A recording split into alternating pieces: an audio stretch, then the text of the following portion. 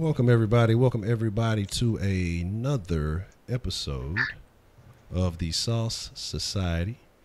I hope everybody is doing well. It is a wonderful Friday. What is that? Feliz Viernes. You know, happy Friday to everybody. You know, I'm trying to get international, everybody. And we're in here with your host, Mr. Ed Honcho, and Senior Man Things. I don't know if that's is that a redundant statement, Senior Man Things. I don't know, Senior Man. I gotta think about that. Sir Man. No, I think if you put it into two languages, you don't end up with a double negative or a double positive. Okay. No, I think Senior Man Things. Senior Man Things. But man, how you doing today, Man Things? Man, I'm good, dude. It's a brilliant Friday. It is actually gorgeous outside. I am indulging in a healthy dose of some video games and enjoying myself. And the wife's been sick for about a week now, and she's finally feeling better. So we've been back and forth to the hospital at like 3, 4 a.m. a couple of times this week. Yeah, man. For anybody that doesn't know, you get free medical in the military, but it's on par with the pay, I guess you should say. And so she had a really bad infection in her throat, and whenever she got done with the medical over here on base, they actually told her, like, yeah, we can't do anything for you. Here's some cough drops, and go home and get some rest. So we go home that night, and then we get up and go to the hospital at like 3 o'clock the next morning. They gave her antibiotics. They gave her Norcos. They gave her all kinds of stuff because they were like, yeah, your shit's fucked up. Yeah. So, yeah, free healthcare, everybody. So that's how that works, huh? Yeah. Well, so you mentioned playing a couple of games. What games are you dealing with these days? A buddy of mine from down the street, I was talking to him about this game the other night, and it's kind of like video game heroin because it's so difficult to play and it takes a long time to get anywhere. But have you ever heard of EVE Online? A long time ago, I believe I came across something. I want to say it was EVE Online, but it sounds real familiar. I'm not sure about the details though. What is it about?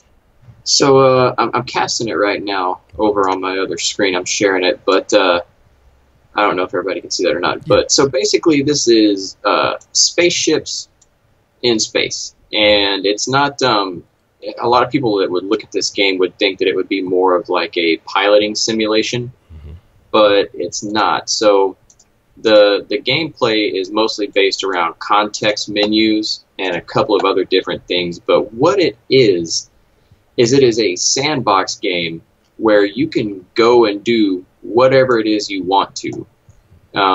It's so open-ended that it scares some people away from actually playing the game, because let's say you wanted to pilot this ship right here. Well, you don't just jump in the ship and pilot it and get better at it. Your training queue goes on in real time. So I can pull up my training queue right here, and you can see that I'm working on like these energy pulse weapons. Well, I've got 1 day, 5 hours, and 19 minutes left. And then I've got this entire training queue that's worth 113 days that gets drug out there. So it takes a long, long time to get good at this game, and it scares a lot of people off. But once you actually get into it, the community is amazing, and the depth of what you can do in this game is pretty much unlimited. So that's what I've been getting back into and playing with my buddy that lives down the street and introducing him to it. So it's we always just call it digital heroin. It's ones and zeros in a needle, direct injections. That's crazy. So I see that you like a lot of space tech. I remember you were doing the Kerbal Space Program. Yeah, man. Yeah, I saw they actually brought that recently to the Xbox. I got to get back into the PC Master Race. I know we have a couple of PC Master Races in the chat, supporters of that. So shout out to everybody in the chat. It's good to see y'all again. Hope y'all having a happy Friday. We're going to dive into a couple of things, man. We're going to talk about some stuff. A couple little issues that have been going around in America. We're going to speak on something that has actually been newly introduced to me. I didn't know that that they had coined a term for it, and that is Trump Derangement syndrome. We want to speak on a little bit also. We're going to talk about the retiring of the latest Supreme Court justice and what that holds in store for the future of America. And also I want to speak a little bit about, when we get to the end, probably about toxic masculinity and what the hell does that mean? So we should have a very interesting show for you guys today. And again, I hope you all enjoy. And if y'all have any questions, anything you want to ask, we kind of save them towards the end, or you can feel free to hit the Society mailbag anytime that you guys want to kind of have something, maybe a topic that you want focused on, or questions that you have that you want us to discuss. We'd be more than willing to do that. But let's kind of start from the top, man. Let's take it from the top, and starting with the top of the executive branch. Yep. And that's Trump Derangement Syndrome. Now, you know me, I'm a person, like I say, I don't care about politicians. And so, because I think when you look at politicians, you people implement all this power. Man, me and my dad, we have a strange relationship, but it's one of the few things that he told me is about when you put all this faith and all this stuff in other people, you give them your power. Everybody has a personal power. And so that's why I rarely put faith in man, because we're all human and we make mistakes. And I don't expect anybody to really want to come to the rescue to save my situation. I feel like everybody kind of has a personal agenda, and it may be in line with mine and it may not. But what you've seen ever since Trump has become president, I've seen a lot of people blaming him for every aspect of every problem in their life. And now he's been in office, about a year and a half now or so, or kind of something like that. Yep. Now, unless you're about 2 years old, I don't see, necessarily how, he has this impact. Now, I'm sure that there are policies that are going to adversely affect certain people. I'm sure that there are beliefs he has that are going to cause situations. Now, other than, you being an illegal, trying to get into, I don't really see what other major policies that have immediately affected people. But like I say, again, there's things that I'm sure will have a residual effect in the future. But at this point, even before he got into office, there was a rash of people. I think there was actually a rash of suicides from people I know in there's so many letters now, the LGBT, that's as far as I go, community. Because I know they've added some extra letters to it. I'll be saying the whole alphabet. I don't know exactly what it is now. I think there's an A and a plus and some other stuff that they've added to it. I really don't know. But LGBT, I think that should be fairly covering. That I read about a lot of people that had committed suicide when they found out that Trump got elected. And I find that strange. the man hadn't even had a chance to do anything. But I see you have the definition there. Well, yeah. So why... I don't get where they got that kind of hyperbolic rhetoric from unless they were watching the news, because Trump had, whenever he was giving his acceptance speech at the Republican National Convention, the dude that he wanted to give his introduction speech was openly gay. And then even after that, he said, I think it's a great thing that, that we've kind of come further as a party, and that this particular guy can give my opening speech to a round of roaring applause. So that's sad, man. I don't get it. But yeah, just to define what we're actually talking about. So Trump Derangement Syndrome is a mental condition in which a person has been driven effectively insane due to their dislike of Donald Trump, to the point at which they will abandon all logic and reason. Symptoms of this condition can be very diverse, ranging from hysterical outbursts to a complete mental break. TDS can often also result in the sufferer exhibiting violent, homicidal, or even genocidal desires.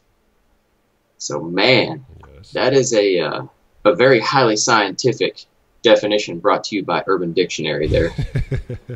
That's the only dictionary you'll ever need, Urban Dictionary. Hell yeah, man. But like I said, because I look at it in my view, and I look at it from my perspective. But again, like I say, I look at a lot of things as my worldview as a black man, and I see a lot of people who, in the black community, who look at Trump and they blame him for their problems, for their struggles, for their issues. And I just don't see it that way, because again, like I said, I'm 33 years old. My problems are an accumulation of the decisions that I've made up until this point. Donald Trump has not affected any of that in my person. I really, for the most part, I don't pay attention to what's going on. I'm not seeking to find a reason to hang on each and every word and find something that displeases me to make a deal about it, because I feel like I could be spending my time doing so many other productive things. And what I'm starting to see is just everything he says that people are taking it and trying to spin it into a reason to hate the man. When instead, why don't you take that energy and find more reasons to love yourself? You know, more reasons to benefit yourself instead of even if it's that bad, why waste that energy on something that at this point currently is not going to change, and for the foreseeable future, I don't see any changes happening. Well, and that's a lot more difficult, man. Like to love yourself more, you have to accept your own faults. It's easier to find somebody else to blame for your faults or what's not going right for you than it is to actually tool up and fix your own life. I mean, that should just be a given. Like, would you agree with that statement? It's harder to fix yourself than it is to blame somebody else for what goes wrong with you. Absolutely. So I think it's partially, and you know, we when we discuss things, we often hit on the fact that there's not this really simplistic view of the world. It's not like, well, why do people have Trump derangement syndrome? Oh, because they think he's racist. There's like a lot of different stuff that goes into it, but part of it is always going to be the human mind and the ego, which is why we kind of did our little primer on preventing egotism. But part of it's always going to be the ego. You only want the world to be the way that you want it to be and the way that you see the world. And if anything comes up against your worldview, it's not challenging your worldview, it's challenging you, and it's harming you, or it's, you know, doing whatever like that. But where do you see like the whole Trump derangement syndrome coming from? Because you never heard anything about Trump being a racist or a homophobe or a bigot or anything like that before he decided to run for president. So where did this all come from, man? Again, I just feel like people they look for little things to try to spin. We live in an age of we live in the information age, but also in an age of disinformation. And I think what you have is a lot of people. It's so easy. 'Cause, I mean, think about it. We see all kind of fake news stories all the time. Before he even said fake news, but I could think of times, you know, people would have the fake celebrity deaths, and people would take this and run with it. And then until the celebrity comes out a day later, hey, I ain't dead. People, it was on the news. I saw it. I mean, I remember working in seeing maybe Eddie Murphy or something like that. He was on Eddie Murphy's died, and it came from a prank article. So I think what happens is, and what a lot of people is, with the attention grabbing stuff, they pay attention to. But then whenever, you know, the information comes out that disputes that, or, you know, disagrees with whatever message is put out, then people are less likely to pay attention to it. You hear about people when they get accused of a crime, but then when they go out and, hey, you know, it found out it wasn't them or it was somebody else, you don't ever really see people come back out and say, oh, hey, you know what, we made a mistake here. People don't come out and correct that information. So I think a lot of people get a lot of misinformation. It may be characteristics that Trump has that I feel like people associate automatically with people of that character. People have a particular belief about rich people. I think people have a particular belief about, and the thing is, like I say, it took me a bit to, like I say, I still don't care. You know, he's a man, and like I say, there's things about him I like, there's things about him I can't fucking stand. The same things like even with Obama, there's things I liked about him, things I can't stand, and as I don't get caught up in the shit that Trump says, I didn't get caught up in the belief that Obama was going to come and be the black savior or things like that. So what I feel is just part of it might have actually been that swing from, you know, that culture of government that Obama had, you know, because it seemed he was open. He was out there trying to please any and everybody and, you know, cater to any and everybody. And as to Trump seems more exclusive. So I think people naturally feel left out, or maybe there's certain insecurities that they have about themselves that they may amplify because they have these false beliefs on, you know, things that Trump says. I don't think that he's a racist. I don't think that he's specifically I don't think he's specifically a bigot or anything. I think he has a specific set of beliefs that benefit him and, you know, whatever it is he may be interested in. That's just kind of how he applies it to life. And if you kind of get caught up on the wrong side of it, you'll perceive it as, oh, well, it's just hate. It's you know, he doesn't care. And maybe he doesn't. Because like I said, I watched a documentary not that long ago, and they were talking about his people who came up with him, how, you know, he got his first deals and things like that. And a lot of people say he has a mind state of predator and prey. And it's kind of black and white. You're either the predator or you're the prey, and he doesn't want to ever be the prey, so he doesn't ever want to come across as weak, so he stands firm on a lot of issues that other people may waver under the pressure of society. Oh, you shouldn't say that, you shouldn't do that, and he stands strong in a lot of things, and I think a lot of people view that as him being intolerant. You know what I mean? Do you think so? when you talked about the dynamic, so it's kind of like a culture shock of switching from Obama to Trump. Mm-hmm. So I can understand. So during the Obama presidency, you had the media that was in love with the office of president. You had his very loyal fan base, all these people who were liking the things that he did that were more reasonable. But also, I think another dynamic to it is they've always been able to win this battle, whether you call them Democrats or leftists or whatever like that. They've been able to win this battle against Republicans and more right-leaning and even libertarian-leaning people, because they were able to cast this big shadow over all of their ideas and all of their solutions by saying that they were either racist or sexist or homophobic, because your average Republican is going to try to defend themselves against that. You know, they weren't edgy enough to play that game.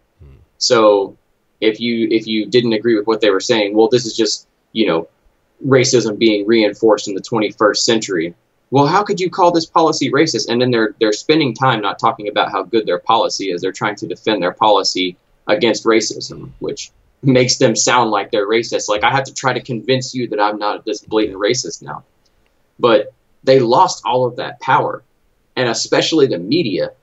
I was looking at like trends in reporting whenever Trump first announced his candidacy. Everybody thought it was a joke. Like, they thought it was hysterical. They kept making fun of him. John Oliver, you know, the guy who very famously, like, do it. I will make a campaign contribution right now. Do it. You know, not because I want you to be the president, because I want you to run against Hillary. All these people had all of this perceived power, and they had all of this equity built up. And then along comes the kid on the beach and just kicks your sandcastle over and laughs at you. And then no matter what you do, there's no repercussions for him stealing all of your power. So it's kind of like why you see a lot of people like just spasming and writhing around on the ground, shouting at the sky, because nothing that they're doing is working, because he changed the game plan for the opposition that they've faced for so long and that they've been a way to, you know, whittle away at and marginalize them. So I think that's another aspect of that. Okay. Now, usually we don't tap into the chat too much, but I'm curious about something. I saw Real Family say some of the comments that he can't dismiss, and I'm curious, what comments are those that you feel like made him racist, and why is that? Because what I've started to notice, as I've changed a lot of things, I've made a lot of changes over the past week or so. As I kind of sent you a message earlier, kind of tell you I was going through some mental changes about how I'm looking at my life and the things that I want to achieve, and I had to cut a lot of crap out. You know, I can't sit here and say I'm concerned with certain issues when I participate in activities that promote these issues and cause these things. So I've cut out, like I say, a lot of the music I was listening to. I've cut a lot of the rap, and even though we're using it for workouts, I've been working out to jazz music, which is strange, and Hall and Oates, which is strange, but changing out to, you know, taking all the negativity out. And what I think you have a lot of times is, and I've started to know with black culture especially, is that we automatically gravitate towards the impoverished mind state or the negative things. And so anytime somebody says something or does something that is maybe perceived to be against the poor or whatever it may be, it's like we almost attach ourselves to it. And so things that I think we get this false idea of race. I'm trying to make sure I'm wording this properly, but it's like we as a people are making ourselves synonymous with a lot of this shit when it's really not what's being said, but because everybody else is telling you, oh, that's what he meant, you know, instead of thinking for yourself about, okay, well, let's look at this situation. This kind of doesn't make sense.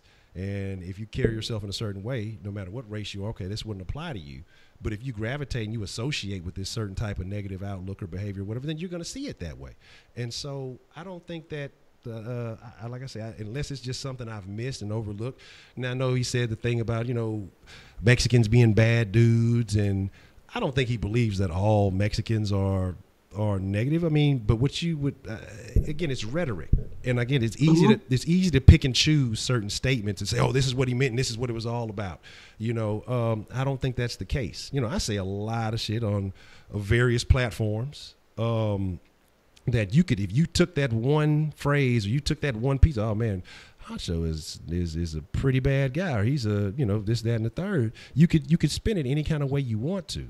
you know. And that's kind of what I feel like people do. People find that phrasing or that word or that trigger phrase, and then they try to push that forth and make it seem a lot worse than what it really is. And even at the same time, if he is saying something negative, if he is saying things, you know, I feel like shit. We've been sugarcoated as a society. We're getting more. It's all about your feelings, and we want to make sure we don't offend anybody. You know, I think when you do that, you start to minimize your ability to progress. I think you start to minimize your ability to, if you look at societies throughout history, the softer they got is when they became conquered, when they started becoming more concerned with what's the word, like feelings, and instead of, you know, protecting themselves. You know, once people start worried about, I won't say equality, but you start to see these societies start to diminish because we become more thinkers than doers, more talkers, and you know, than actually having action behind that. And to do action, to have action, you got to have a little bit of nuts. You got to have a little bit of gusto, you know, and people don't have that as much anymore. We're so concerned if we do or say something that offends somebody, then, you know, and like, you're worried about that, you're not going to make any kind of advancements whatsoever. Well, I see, man, like, actions speak louder than words. That's something that I've always been a huge proponent of. So if somebody calls you an asshole, but they give you $100 bill, what are you going to be more excited about? Them calling you an asshole or giving you $100 bill? And it's a legitimate question, because if the man was as big of a bigot and a racist as everybody claimed that he would, he wouldn't actually be trying to go out in front of the media and say things like, you know, African-American unemployment is at an all-time low, or Hispanic unemployment is at an all-time low. He wouldn't be pushing those things. You would not want to inspire any sort of hope or positivity or anything in a community that you legitimately hated. You also wouldn't be trying to say, like, hey, let's do more for this. Let's reach out to these NFL players. Let's reach out to this guy who was a rapper and invite him to the White House. Like, you wouldn't do things like that, man. If somebody's actually a racist, do you think that, like, a member of the KKK, somebody who is, like, actually like, no, fuck black people, do you think for any reason that they would be inviting anybody who's not Aryan to a function of theirs, or talking about how they actually need to be uplifted in society, or that they're glad that they're doing better? Like, come on, man. Like, it doesn't pass the sniff test, in my opinion. If the dude actually hated people for whatever their color, their sexual orientation, or whatever like that, then he wouldn't be out there promoting what he's doing for them. And he wouldn't be trying to, you know, get things done. But it's, well, he disagreed with the anthem protests or whatever like that, or, you know, he said, fire the son of a bitch or something like that. Oh my God, he said some rough and tough things. Let's all run and cry under a fucking bridge because he told an NFL player that he didn't agree with what he was saying, and he talked tough and hard on it.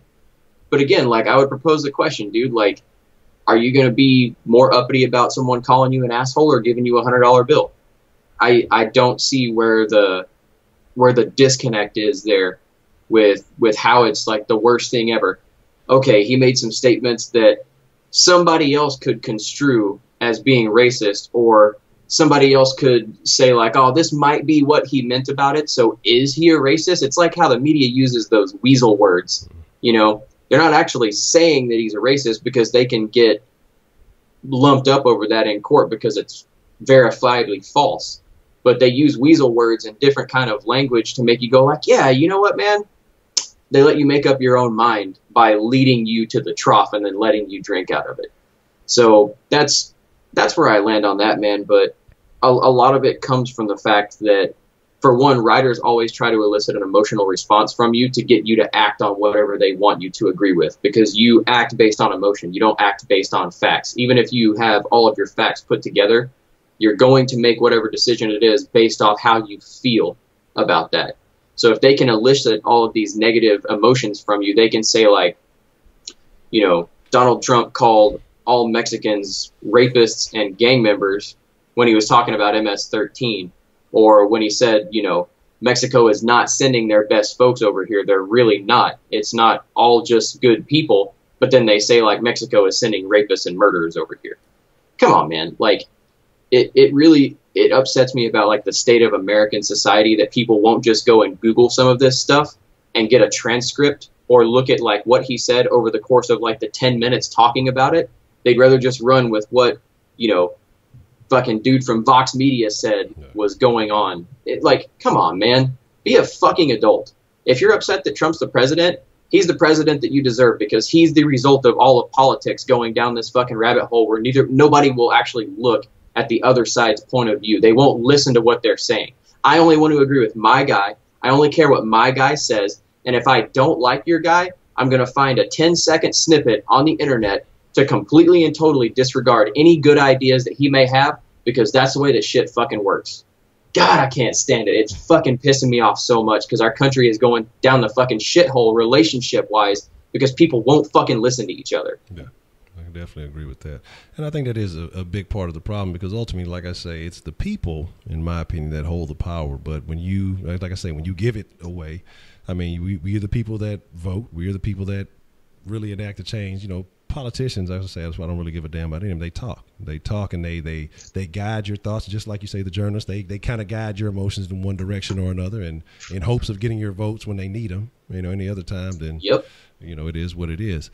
You said, that man said he's sending a question to the mailbag. Okay. Definitely take a look at that. But my thing is, like I say, I think that, again, I think that people are a little bit, like you say, the culture shock, because Obama was kind of a, talk it out kind of guy. Trump seems more action oriented, let's get things done type kind of guy. And I think some of these things, in the direction that it's going, people don't like it. And then some of it may be moving too fast for some people, and they just, hey, you just kind of got to get on board. It's the day and age that we live in. Again, like I say, it's like you said, it's an accumulation of all the things that have happened prior to, and it's where we are now. Because when we come to the subject, and then, like I say, we'll talk about the Supreme Court justice here shortly. Like the thing about, like I say, I see so many people, especially, like I say, again, my perspective as a black man, so many people say, oh, well, Trump's a racist, Trump is this, that, and third. Trump has never enacted a policy which put thousands of black people in jail, and that they're still here today. Yeah. Now, his opposition did, and that's one of the main reasons, regardless of if it's wrong now, it's convenient that, when it's time for you to get elected, now it's time to, we was wrong, we shouldn't have done that. And yeah, of course, we want to clean all that up. That's something that should have been spoken on years ago, but again, never mentioned until we need your vote. And many times it was brought up that I saw Hillary shoo people away, literally have security come run and grab people who try to ask the questions and things like that. So that's why I say I could never have rode the Hillary bandwagon. And again, I think her focus was way off. It wasn't what the people were concerned about. People were concerned about jobs and security in this country and stuff. And I think she kind of aligned herself more with identity politics and, the issues that only affect a small minority of people. And I think that's why ultimately, she lost. She had the name power, but I don't think that she really had the right, she wasn't running on the right campaign, I guess, if you will. Well, and there's a lot of like kinesics, like how you look at what somebody's body language is telling you and everything like that. And you have, like, as a politician, when you do public speaking, Obama had either he was just naturally good at it, or he had a great kinesics coach, because all of his body language, his comfort with you, like, he would do things that are like welcoming you in, like, I try to bring you in. He would use like the open palm, which is not like a really threatening maneuver. Mm-hmm. And when Hillary Clinton talks, she like cuts across and like does all this kind of stuff like that, just like, trying to be the powerful woman. But people come across with that as like, you are dictatorial, you are untrustworthy, I don't like you. So it's a lot of different stuff, from like the email servers to her bad use of body language, the getting really, really loud, really fast, like, I'm a powerful woman, don't challenge me. But to other people, she comes off as just being like a shrill grandma, But there was a lot of different stuff that she did that really lost her the election. But yeah, super convenient now that stuff that was put in place whenever her husband and then his predecessor were in office, like the detention centers and all of the immigration debate. And like I've always said, they've been kicking immigration down the road for 30 years because it's political suicide to touch it. So nobody's actually cared about this. And now these detention centers that were formed like in 2004, this stuff has been going on in America before Donald Trump got elected into office. All the evil that exists in America right now that's been happening to immigrants and children was happening under Obama. It was happening under Bush, and it was happening at the tail end of Bill Clinton's career. Facts. Get the fuck over it and stop trying to blame Trump for all this bullshit. Exactly. So let's let's kind of carry on over to the justice situation. And what is this? Justice Anthony Kennedy, I believe was his name. And so he just recently retired, and from what I heard, he was a moderate kind of guy. Kind of was the Yep. And so they said he was actually the key swing vote on a lot of major topics, a lot of major issues. I should have jotted some of those things down, but I don't have them with me at hand. So with him retiring, I don't think it's happened yet. It's coming up in the future or the near future. I think he's just announced it. What do you see happening with that seat opening up? I think Trump goes with the olive branch and puts another moderate in there, because he already, whenever Antonin Scalia died, he put Gorsuch in there, and so that was like your conservative. I think he's just going to make more people's heads explode. He's got his list of people. If he puts another conservative judge in there, I don't really care, because I am more of a traditionalist whenever it comes to the law. I don't believe that you try to interpret the Constitution and all the articles in there based on what modern society says that it is. I think that it enumerates the rights of the individual and gives them power over the state in its original form, and that's the only way that I want it interpreted, because I don't want the state taking over and then getting into like a Britain situation where you can go to jail for saying certain things, and you don't actually have a Bill of Rights like Australia or some of these other places where you can be held accountable for the stuff that you say. You can be held accountable for shit posting on the internet. You don't actually have freedom of speech. You have freedom of speech until someone complains about it with enough money. So I think that Trump's going to pull out just like the crazy 4D chess move like everybody always tries to attribute to him, and give himself some political capital with the left by putting a more moderate judge in there. But if he doesn't, I'm still kind of enjoying watching people's heads explode, just because he gets 2 Supreme Court justices within a year and a half, and it makes me laugh so much. He shouldn't have gotten the first one, though. Neil Gorsuch shouldn't be in there, in all honesty, because Congress roadblocked Obama, just being a bunch of shitty fucking politicians. They abdicated their duty and just wouldn't confirm a new Supreme Court justice because they knew that Obama was going to pick a really liberal judge. So all's fair in love and war in politics. That was some bullshit. We're living with the consequences of it now, but Neil Gorsuch should have never been in the Supreme Court. Okay. Let me see. There's you said you had a question there. I may have overlooked it. Give me a second, and I'll check back and see what it is. But you made a very interesting thing. You made a very interesting statement, actually, about England and these other countries where, as far as freedom of speech and things like that, that's something I want to touch on too, because I forgot about. England has made some dramatic changes to the way that the internet operates and how the laws operate over there. Do you see? Well, for those who aren't familiar, basically what's going on is it's almost like the destruction of memes, and they're wanting Facebook and these major social media platforms to compensate news organizations basically for getting the news from them. And then, like I say, there's an issue kind of with copyrights, and as far as whoever had the original image, and it's kind of a sketchy deal. And I guess that you can be sued or held liable for certain situations. How do you see that situation in England, over there in Europe, or wherever exactly it's taking place? How do you see that affecting us here in America? So the only thing that I can see is that whenever someone is, and like that applies to memes, dude. Like if you're on iFunny and somebody from America publishes a meme, and then somebody from Britain or wherever in the UK retweets it, you can actually go after them for royalties under their own law now. Like that's how ridiculous it is. So all these websites like Reddit, iFunny, all these different things, they're going to be going absolutely fucking nuts, man. It's not going to affect us here in America, because no matter what, the First Amendment is something that both sides agree on. Now they try to limit the other side's ability to use the First Amendment, obviously, because if I don't agree with what you're saying, it's hate speech, right? Or you shouldn't be allowed to burn the flag or kneel during the anthem or whatever like that. We're always we're always competing with each other to try to find what the limits are, but we don't want our limits. We want to tell you what your limits are and how the actions that you're taking are not protected by the First Amendment. But that's good. That's good civil discourse. And that's part of the ambiguity of basic unalienable rights that are imbued to you by your creator, which is the way that, you know, they put it. But I don't see it affecting us at all, because if there is a major assault on First Amendment rights, you'll see more unity in America than you've ever seen in our lifetimes, for sure. I don't see that it does that. However, I do see a lot of frivolous lawsuits tying up British courts until they've spent so much money on the shit that they're just going to do away with it.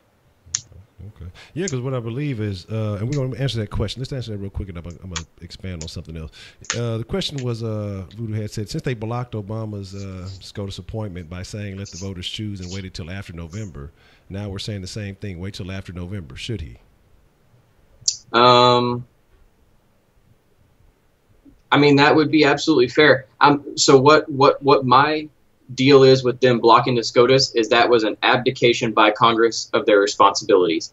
If they do it again, then it's another abdication of responsibility. So just plain Jane, dry and cut. Answer for you right there. I don't think they should wait, because they're trying to do the same thing that the Congress did before, was because they knew that they were going to get a new president. They had a 50-50 shot that it was going to be a Republican. So let's just kick the can down the road. Let's just sit on our hands and not do anything. Now they're trying to do the same thing because they're hoping that there's going to be a blue wave inside of Congress so that they can get their own appointment. They can just roadblock the entire thing. So it's politics and saber rattling and bullshit as usual, man. I don't agree with it. I didn't agree with it whenever they did it, when they were roadblocking Obama from making the appointment, because the man was just trying to do his job. Okay. So, well, if you are not with the politics, this may not be the proper show for you, Crow. We base this around moral life, not always politics, but just different life issues, different things going on in the world. So we will talk about a variety of things, and maybe this can help educate you on some stuff. Damn, 73? I look 73. Me and Honcho combined ain't 73, little boy. Look, it might be me. I'm getting up there. You know, look, I done had this same hairline since I've been about 18, man. I'm just saying, look, let me make it now. But man, all right, Pro, what's exciting for you? If politics is boring, if stuff that affects you on a day-to-day basis is boring, what do you want us to talk about? The floor is yours. I'm waiting. Yeah. You want to talk about Fortnite? Is that what's on your mind? Would you like to talk about Fortnite? But would you prefer that we do like Ninja and stream for the lulz? Oh, that's awful. Rappers, football. But there's a whole different channel for that. You got Christian and you got soft sports for the football and basketball. If you don't like it, you can do something better with your own time, man. Yes, sir. You're the one sitting there staring at it. Yeah.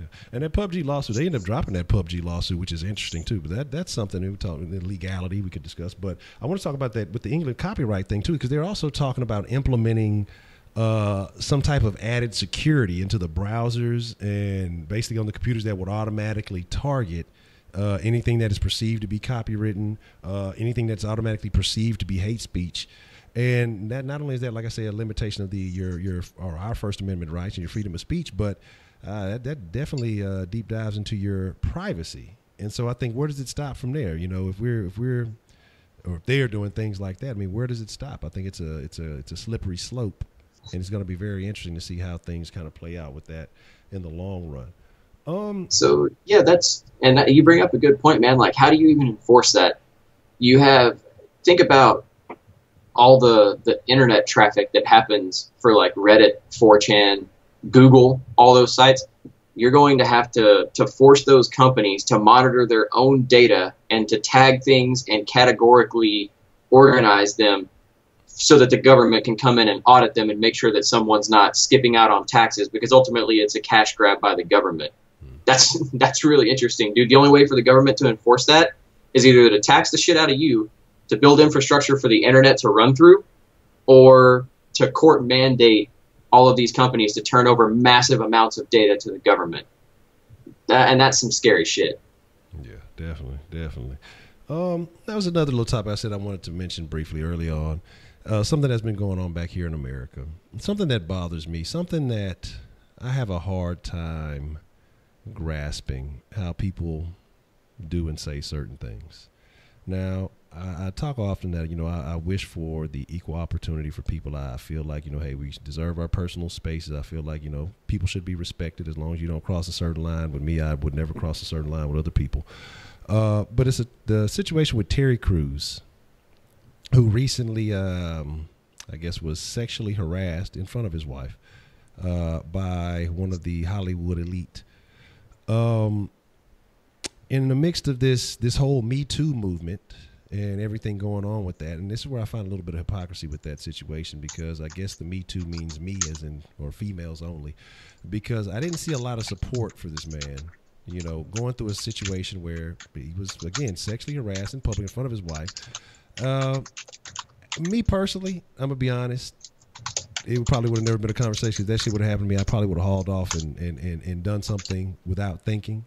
And so initially, I gave Terry Crews credit for being of sound mind, not overreacting, and trying to handle the situation in a sensible way.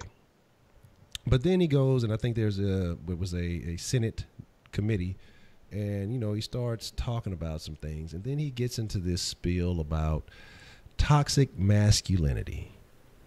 Now, toxic masculinity, one, is just a phrase I already can't stand. I don't even know what it means, because it's basically anything masculine. Yeah, it's a throwaway phrase for people. It's a pejorative, which a pejorative is something that, like, when you call someone racist or sexist or homophobe, like a pejorative is a word or a series of words you use to make them seem like less human, or to kind of like cuss at them, basically. Sorry, go ahead. Mm-hmm. Yeah, and so my thing is this, though. I find it hypocritical, one, because, like I say, the Me Too movement, and then two, I find him using the term toxic masculinity almost insulting, because this man has made his entire acting career off of being masculine, being like that overly masculine appearance. Now, behind the scenes, he's probably the role he probably really resembles his life the most is the role he played in was the Wayne White Girls.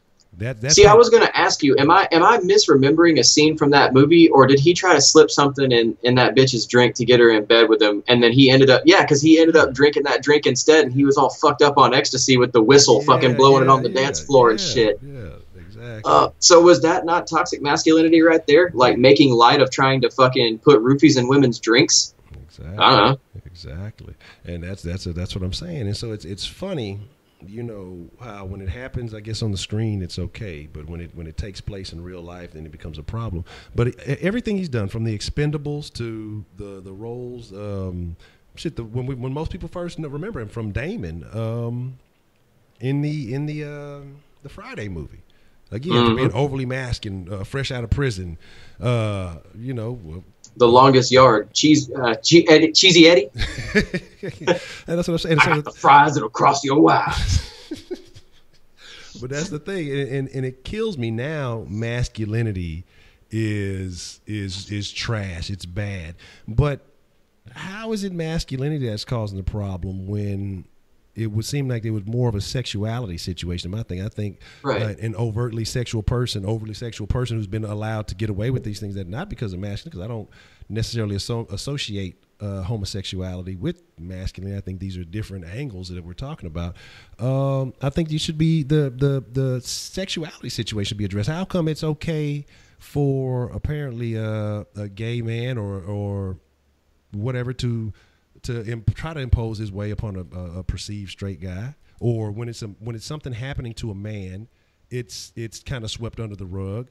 I don't think any of that has to do with masculinity, but you've seen a lot of guys who run to the side of the Me Too movement, and my thing is too. Is I'm not with the whole. I'm not going to play the white knight. I'm not here to save you, but I am completely opposed to anybody. Again, like I say, respecting boundaries, forcing themselves upon anybody. Not just a woman, because there's been several instances of stories where have come out women have forced themselves upon other women, and it just kind of gets swept under the rug. Nothing about it. Nobody's going to jail. There's no court case. It's just a slight discussion. It happened, and it's okay.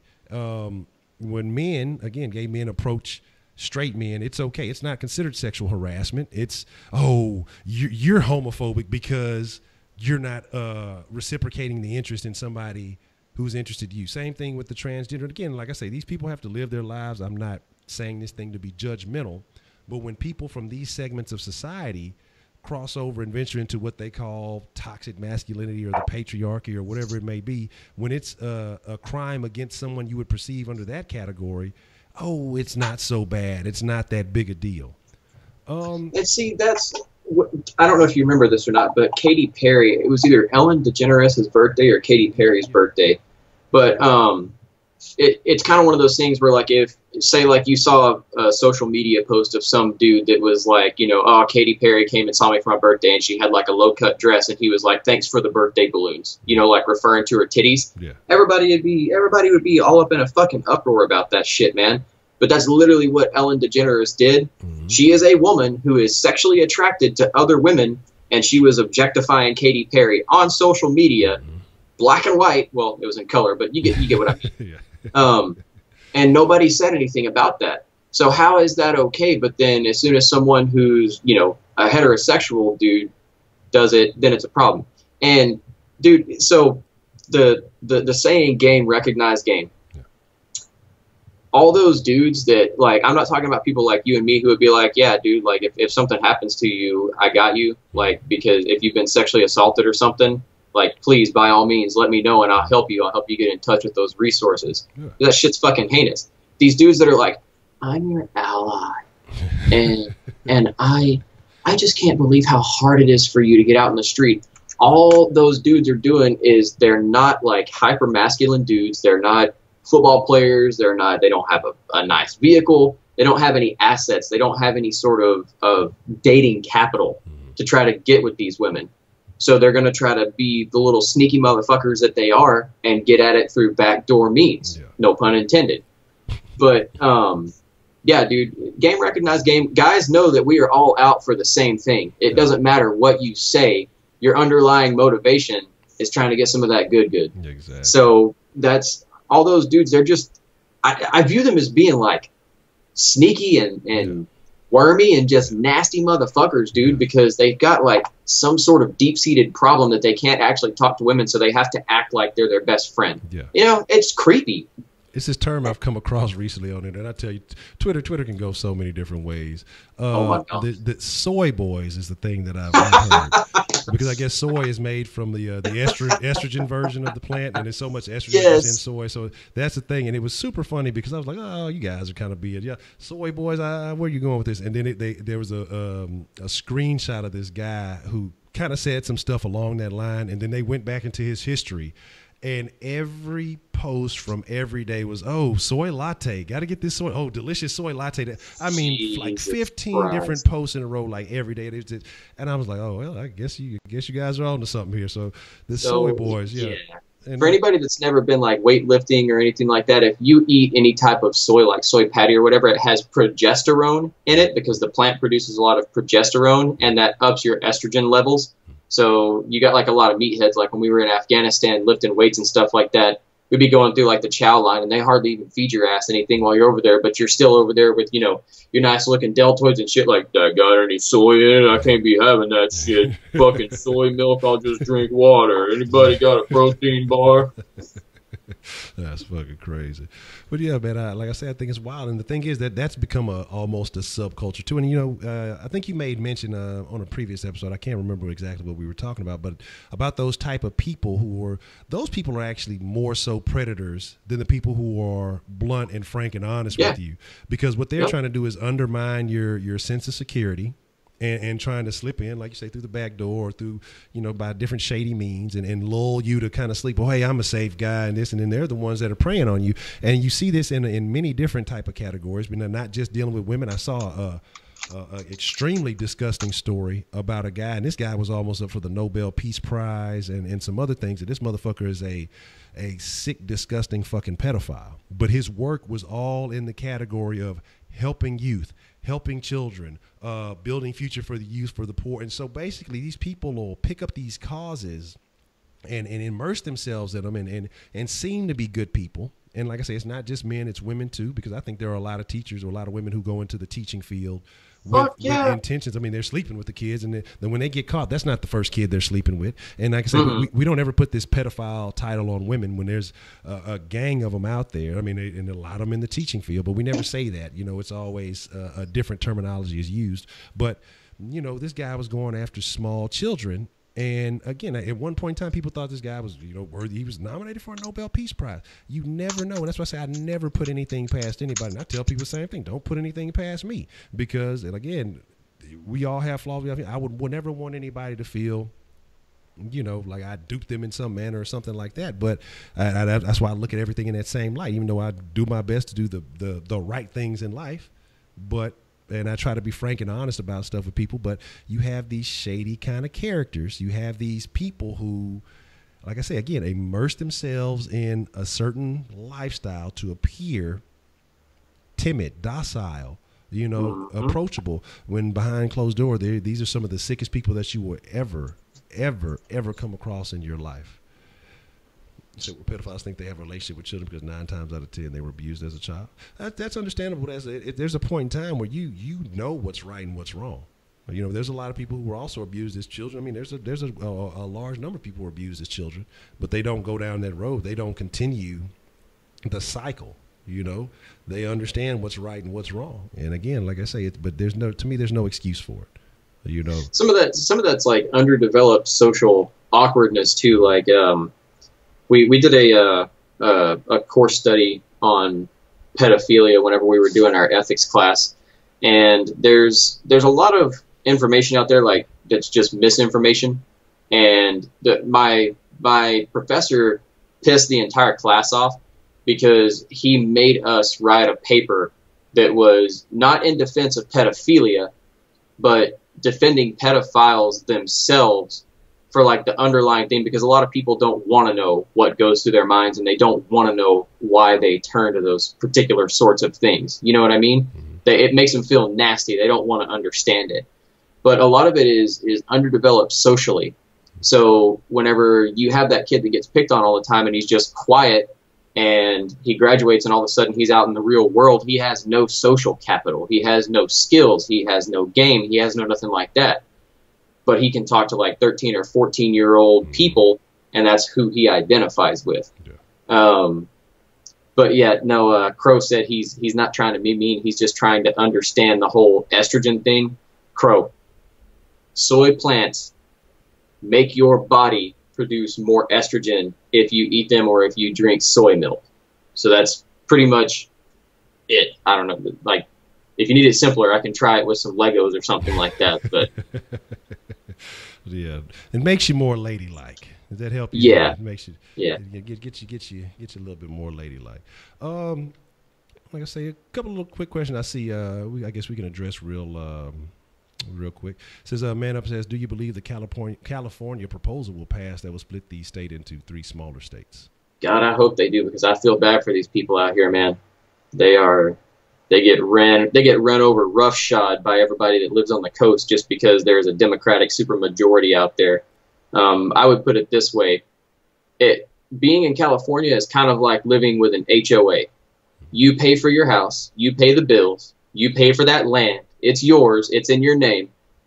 But a soccer mom who has nothing better to do than get drunk and drive around the neighborhood in her fucking minivan can still come by and tell you that your hedges are a 1/4 inch out of trim. You know what I mean? So living in California, anywhere except for the Bay Area and Los Angeles, is like being in a giant state with an HOA. Another good one. Now, this is something I hadn't had much time to check out. Somebody mentioned it to me, and I've seen a little bit here and there. And I know you're a enjoyer of space gaming and things like that, so you may have some opinions on the that. Space Force? Yes, the Space Force thing. What is that all about? And kind of, you know. So I don't know exactly what they're going to try to do, because there's no tactical advantage to. Well, I mean, there is a tactical advantage to outer space if you have like an operational environment in space. But what I actually think so I always get like these really crazy ideas. NASA doesn't have a whole lot of funding, but there's all of a sudden this big public interest in outer space again with SpaceX and everything like that. So Donald Trump, being the guy that he is, trying to cement his legacy, I think he wants to form the Space Force and tie them in with NASA somehow to start being like, it's time to push to the stars. There's a really famous saying, I forget who said it, but they said, we're the middle children of history right now. We don't have like a great common goal, because the first kind of episode of human history was exploring the entire world. And then we live in a time where the world is becoming a much smaller place, and we're just kind of like taking our first steps out into the cosmos. But eventually we're going to be a solar system wide civilization, and then we're going to be expanding out into like more of a semi-galactic civilization. So we're the middle children of history in that we're not exploring the world anymore, and we're just taking our first baby steps outside of planet Earth. So I think what Trump is trying to do with the Space Force is to hedge some of that funding off from the military towards things that are more centered towards outer space. But I will say this. Everybody is like all, excited to join the Space Force, and I would be too, man. I'd love to be a door gunner on the space shuttle. That shit would be fucking badass. But same token, you can't sweep floors in zero gravity. No. So it's going to be a very, very small branch, and a lot of the jobs in the Space Force are still going to be centered around on the planet. It's not going to be like everybody up in a spaceship. Like, think about the Air Force. Everybody that goes into the Air Force isn't a pilot. Yeah. There's only about 3,000 or 4,000. No, I forget what the actual number is, but the entire Air Force has logistics. They have people that do paperwork. They have people that do all this stuff to support them being able to fly those planes. Same thing for the Space Force. There's going to be like 150 pilots and a couple of crews that go up on manned missions and stuff like that to do what up there? Yeah, absolutely nothing. I don't know. They're going to jerk off in zero gravity. It's a military thing. Man, that's dangerous, because you never know whenever you're going to be laying in your rack all you've seen how like an astronaut sleep with the belt over their head. Yeah. Next thing you know, a giant string of jizz just goes flipping across your face, and you're all shackled down. Oh man, that's some scary shit, man. The implications of military training in zero gravity is pretty insane. But yeah, I always say you can't sweep floors in zero G, so I don't know what a lot of people think that they're going to do. And real family, there's all kinds of gay shit that goes on in the military, dude. The saying is, it ain't gay if you got boots on.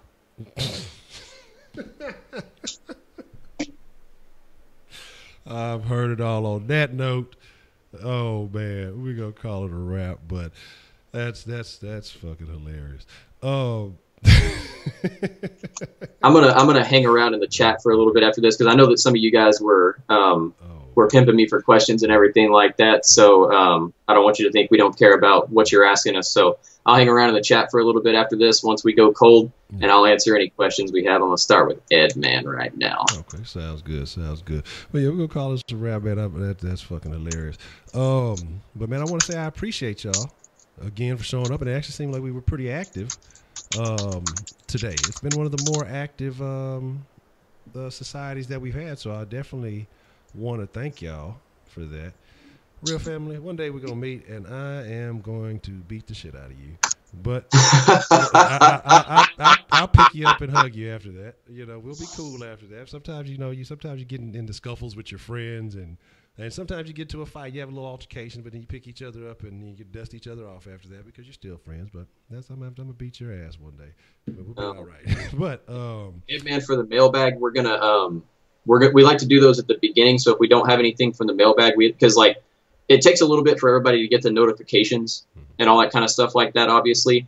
So what we like to do is we like to bullshit for about 5 to 10 minutes at the beginning of it and just talk about whatever's on our mind. But that time is actually reserved for Society Mailbag. So if you've got anything in the mailbag right now, we will get to that at the very beginning of next episode. So just make sure that you're there. Exactly.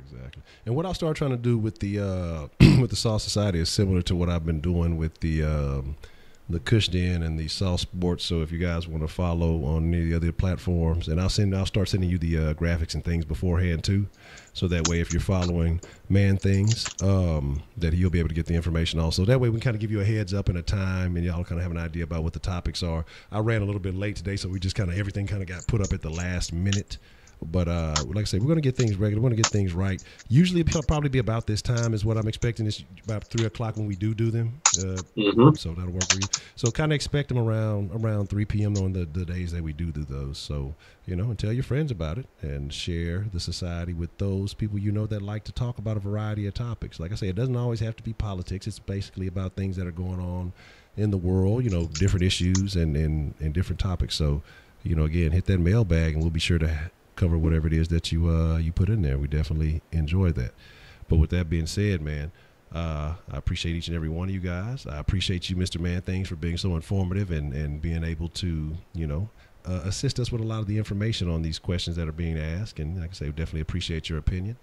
And like I say, we'll do this again very soon. And everybody in the society, thank you for the time. Again, like I say, time is something that you can never recoup. It's the one asset that you can never get back.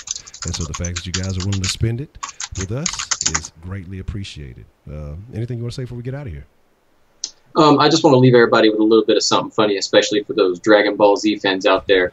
That Come My Way song by Fetty Wap, some brilliant genius asshole made a cover of that from Dragon Ball Z, and it's Krillin, and he's instead of "Shorty, won't you come my way?" it's "Send the Dragon Balls my way." So I dropped it in the chat. It's Fetty Krill, Fetty Krillin, Dragon Balls my way. I want everybody to watch that shit because if you are a fan of Dragon Ball Z, it is hilarious. Already.